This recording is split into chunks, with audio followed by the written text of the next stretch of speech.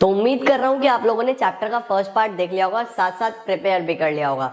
This part is the most important part in this chapter, तो बहुत बहुत ध्यान से समझना और इसको यहीं से कवर करना। तो सबसे पहले हम लोग शुरू कर लेते हैं अनएम्प्लॉयमेंट इन इंडिया के साथ। देखो ये बेसिकली क्या है, टाइप्स ऑफ अनएम्प्लॉयमेंट, कि कितने तरीके का अनएम्प्लॉयमेंट हमारे कंट्री में हो सकता है। तो इसके अंदर तीन तरीके के, मतलब ये क्वेश्चन तीन पार्ट्स में डिवाइड कर सकते हो आप। एक तो रूरल एरियाज वाले, एक अर्बन एरियाज वाले, और एक कॉमन टाइप्स ऑफ अनएम्प्लॉयमेंट जो rural as well as urban दोनों में पाए जाते हैं। तो आंसर इसी तरीके से फ्रेम करना कि रूरल एरियाज में कौन कौन से होंगे, डिसगाइज्ड अनएम्प्लॉयमेंट और सीजनल अनएम्प्लॉयमेंट, और अर्बन में इंडस्ट्रियल और एडुकेटेड। वन बाय वन चीजों को समझ के चलना। सबसे पहले हमारे पास आता है disguised unemployment. This is important. तो डिसगाइज्ड अनएम्प्लॉयमेंट का मतलब ये होता है when the number of persons who are actually working is more than the required number of persons। यानी कि इसको मैं ऐसे लिख देता हूं, actually working is greater than required। इसका मतलब सपोज मेरे ऑर्गेनाइजेशन में 10 लोगों की नीड है और हम जॉइंट फैमिली सिस्टम है। रूरल एरियाज में तो जॉइंट फैमिली चलता है कि एक लैंड है उस पर ही सारे काम कर रहे हैं। तो 10 लोगों की जरूरत है, बस परिवार में 14 लोग हैं तो सारे के सारे उसी पे लगे हुए हैं। तो 4 लोग जो हैं जो एक्स्ट्रा काम कर रहे हैं वो मैं अनएम्प्लॉयड काउंट करूंगा, क्योंकि जो मेरी लैंड है उस पर 10 ही लोगों की नीड है। तो जब भी एक्चुअली वर्किंग ज्यादा होंगे रिक्वायर्ड से, उसको क्या बोला जाएगा, डिसगाइज्ड अनएम्प्लॉयमेंट। उसके बाद कौन सा आता है, सीजनल। सीजनल अनएम्प्लॉयमेंट कौन सा होता है, देखो agriculture being a seasonal occupation, उसमें सीजन टू सीजन ही काम होगा। अब अगर एक क्रॉप किसी पर्टिकुलर सीजन में ग्रो होती है तो दूसरे सीजन में वो पर्टिकुलर इंडिविजुअल अनएम्प्लॉयड हो जाएगा।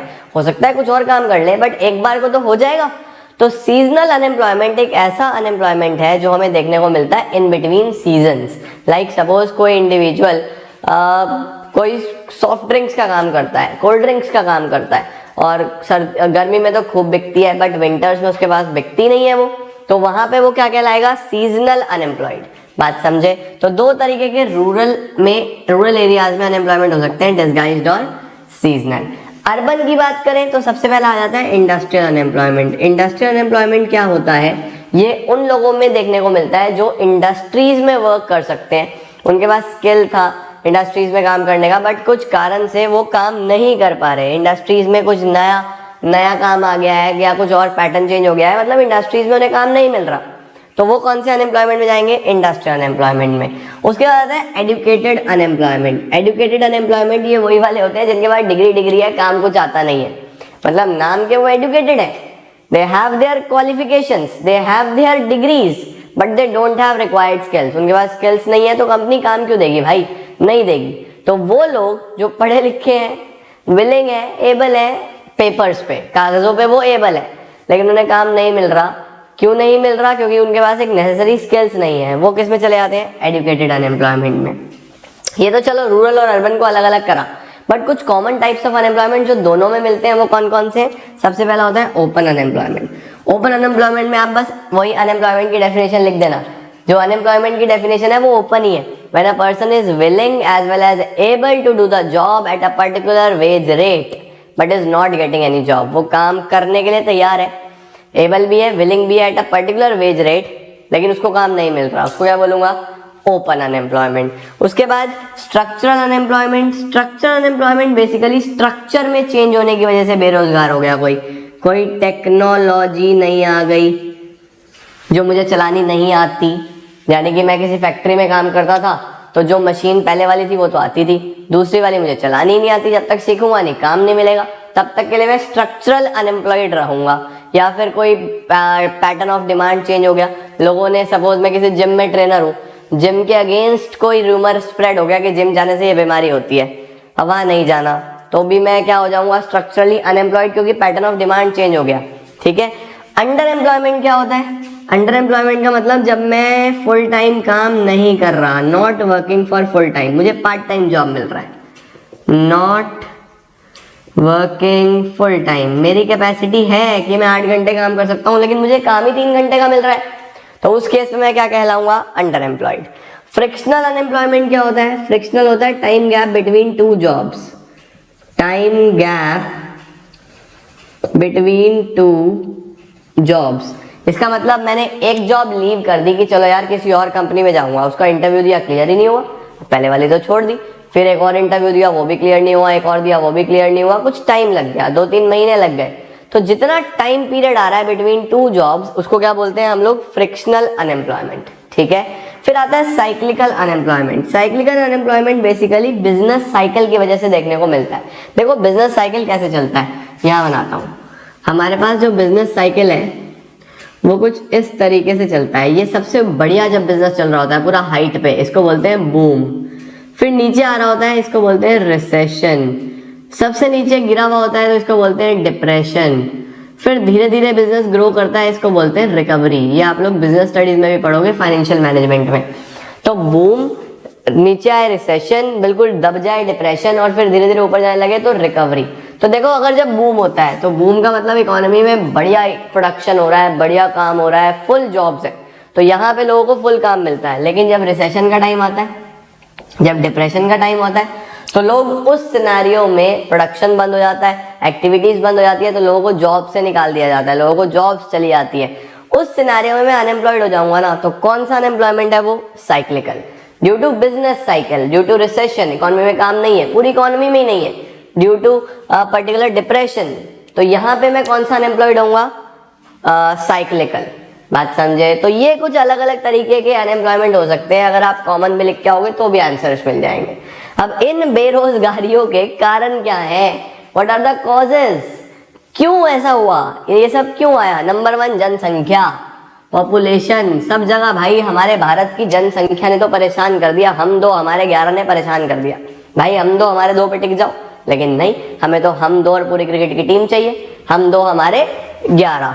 तो पॉपुलेशन में इतनी समस्या है। अब इतने लोग बढ़ रहे हैं, इतने काम कहाँ से आए भाई, इतनी जॉब्स कहाँ से आए? तो सबसे बड़ा कारण क्या है अनएम्प्लॉयमेंट का? Population growth. दूसरा, स्लो इकोनॉमी ग्रोथ।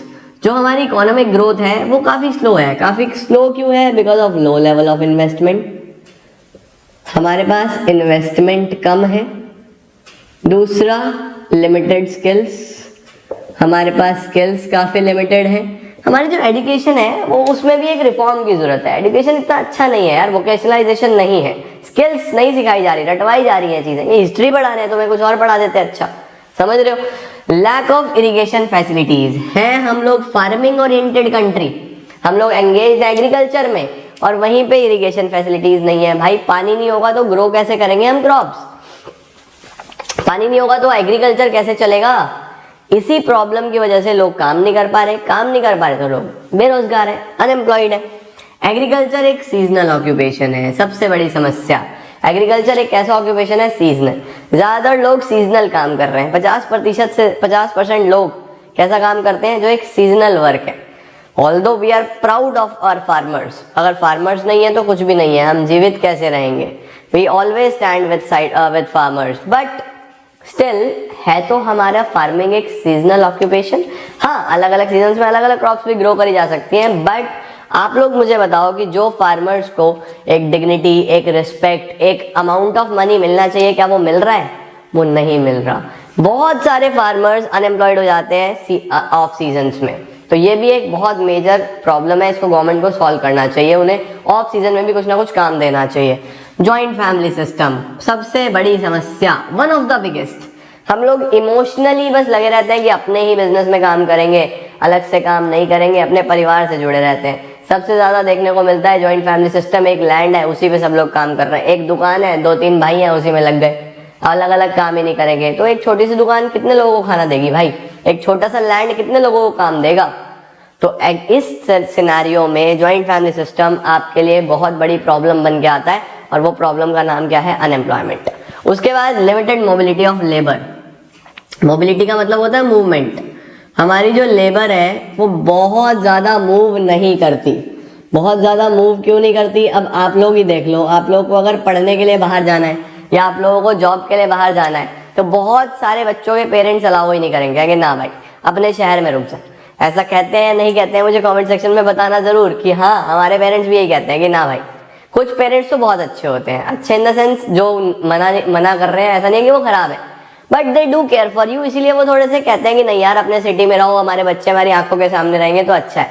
बट अगर आपको स्किल्स जनरेट करनी है तो आपको आज नहीं तो कल अलग अलग जगह जाना पड़ेगा, बाहर तो निकलना पड़ेगा, अपने सिटी से, अपने टाउन से नई जगह जाओ, नए लोगों से मिलो, सीखो चीजें। तो मोबिलिटी बहुत कम है लेबर की, जिस वजह से स्किल्स बहुत कम लोग जनरेट कर पा रहे हैं, नई स्किल्स बहुत कम लोग सीख पा रहे हैं। It is also one of the biggest reason of unemployment in our country. अब इतने सारे रीजंस को दूर कैसे करा जाए? What are the measures to reduce unemployment? सबसे पहला, प्रोडक्शन को बढ़ा दो। ऊपर एरो का मतलब इंक्रीज इन प्रोडक्शन। आप प्रोडक्शन बढ़ाने की कोशिश करो, चाहे आप प्राइमरी सेक्टर में हो, चाहे आप सेकेंडरी सेक्टर में हो, चाहे आप टर्शरी सेक्टर में हो। ज्यादा से ज्यादा काम पकड़ो, लोगों को काम प्रोवाइड करो, प्रोडक्शन बढ़ाओ। प्रोडक्शन बढ़ाएंगे तो अपने आप लोगों की नीड होगी, एम्प्लॉयमेंट जनरेट होगा। प्रोडक्टिविटी भी बढ़ा दो। प्रोडक्टिविटी का मतलब क्या होता है? Output per hectare of land, कितना आउटपुट जनरेट हो रहा है पर हेक्टेयर में, ये प्रोडक्टिविटी भी बढ़ाने की कोशिश करो। इवन अगर मैं जनरल सेंस में ही बात करूं तो हर टर्म्स में प्रोडक्टिविटी बढ़ाओ, लोगों को ज्यादा प्रॉफिट कमाने का। देखो, अगर मैं ये कहूं कि आपको पेमेंट प्रोडक्टिविटी बेस मिलेगा, ज्यादा यूनिट्स बनाओगे तो ज्यादा पैसा, तो ज्यादा काम होगा, ज्यादा लोग पैसा कमाएंगे और लोग भी अट्रैक्ट होंगे, वो भी जॉब के लिए अप्लाई करेंगे, उन्हें भी काम मिलेगा। तो प्रोडक्टिविटी बढ़ाओ ना, एम्प्लॉयमेंट बढ़ेगा। Number 3, educational reforms. अपनी पढ़ाई में हमें रिफॉर्म्स की जरूरत है, हमें प्रमोट करने की जरूरत है वोकेशनलाइजेशन को। वोकेशनलाइजेशन क्या है? बेसिकली अभी पढ़ के आए हो, vocational education, skill based education, ना कि एक डिग्री बेस्ड एजुकेशन। अभी हमारी एजुकेशन कैसी है? Degree based. डिग्री ले लो बस, फिर लोग सोचते हैं कि डिग्री लेके काम हो जाएगा। भाई कुछ नहीं होने वाला, बेवकूफ बनाया जा रहा है तुम्हें साफ शब्दों में। डिग्री से कुछ नहीं होगा, स्किल्स जनरेट करो अपने अंदर। तो वोकेशनलाइजेशन की नीड है, एजुकेशनल रिफॉर्म्स की नीड है। हमें क्या करना है? एजुकेशन स्ट्रक्चर को इस तरीके से बनाना है जिसमें लोगों को काम सिखाया जाए, ना कि किताबें रटवाई जाए। अगला क्या है? Proper technique of production. हम लोग वो टेक्निक यूज करें जो हमारे कंट्री को नीड है। 2 टेक्निक्स होती है, labour intensive technique LIT, capital intensive technique CIT। Labour intensive में ज्यादा लेबर यूज होती है, कम मशीन्स यूज होती हैं। कैपिटल इंटेंसिव में ज्यादा मशीन यूज होती है, कम लेबर यूज होती है। आपको अकॉर्डिंग टू योर कंट्री, अब India is a country in which there is an abundance of labour, भरपूर मात्रा में लेबर मिलती है, तो यहाँ पे लेबर इंटेंसिव टेक्निक यूज करनी चाहिए जिसमें ज्यादा से ज्यादा लोगों को काम मिल पाए। कैपिटल इंटेंसिव इंडिया में अगर यूज करेंगे तो गड़बड़ होगा। हमारे लिए क्या बढ़िया है? Labour intensive. एम्प्लॉयमेंट प्रोग्राम्स बनाए जाएं, अलग अलग स्कीम्स बनाई जाएं, गवर्नमेंट कुछ ऐसी स्कीम्स जनरेट करे जिससे लोगों को एम्प्लॉयमेंट दी जा सके। तो इस तरीके की चीजों को प्रमोट करना चाहिए।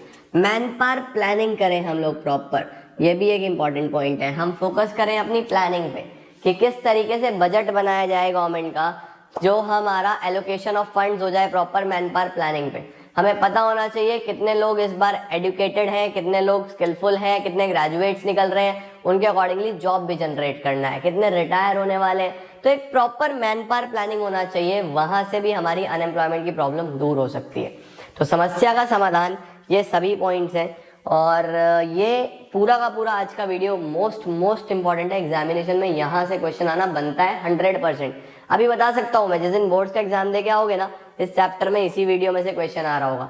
तो बहुत अच्छे से प्रिपेयर कर लो, जो भी बुक यूज करते हो उससे रीडिंग लगाओ, यही टॉपिक्स होंगे, सब में टॉपिक्स यही होते हैं। अच्छे से प्रिपेयर करो, पूरी उम्मीद है मुझे समझ में आया होगा, और इसी के साथ हमारा चैप्टर खत्म। अभी के लिए इतना ही। Thank you so much.